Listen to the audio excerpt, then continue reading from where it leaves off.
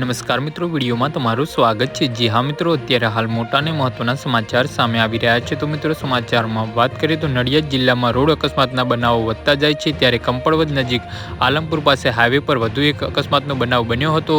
મજૂરોને લઈ જતી એક પિકઅપ વાનના ડ્રાઈવરે અચાનક બ્રેક મારતા વાહન પરથી કાબુ ગુમાવ્યો હતો, જેના કારણે પિકઅપ વાન રોડ પર પલટી ખાઈ ગઈ હતી। જી હા મિત્રો, અત્યારે હાલ મોટા અને દુઃખદ સમાચાર સામે આવી રહ્યા છે। આ ગમખ્વાર અકસ્માતમાં પિકઅપ વાનમાં સવાર બે મજૂરોના ઘટના સ્થળે જ મોત નીપજ્યા હતા, જ્યારે અન્ય 15 વ્યક્તિઓ ઇજાગ્રસ્ત થતા તેમને સારવાર માટે કંપડવદ હોસ્પિટલમાં ખસેડવામાં આવ્યા છે। આ બનાવની વિગત એવી છે કે કંપડવદ નજીક આલમપુર પાસે હાઈવે પર પૂરપાટ ઝડપે જતી પિકઅપ વાનના ચાલકે સ્ટીયરિંગ પરનો કાબુ ગુમાવતા એકાએક બ્રેક મારતા પિકઅપ વાને રોડ પર પલટી ખાધી હતી। જી હા મિત્રો, અત્યારે હાલ મોટા અને દુઃખદ સમાચાર સામે આવી રહ્યા છે।